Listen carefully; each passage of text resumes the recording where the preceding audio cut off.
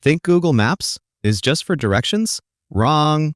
In the USA, it's a hidden gold mine, and people are pulling in $5,000 a month without leaving home. Here's the play. Local businesses live or die by their Google Maps ranking. You can charge them to optimize listings, upload photos, manage reviews, and even build virtual tours. Some hustlers go further, creating high-ranking listings and renting them out like digital real estate. Every pin you push higher means more customers for them and steady income for you. Bonus tip: want to stand out fast? Offer businesses a Google Maps audit for free. In 10 minutes, you can show them missing photos, outdated info, or weak reviews. Once they see the gaps, they will pay you to fix them.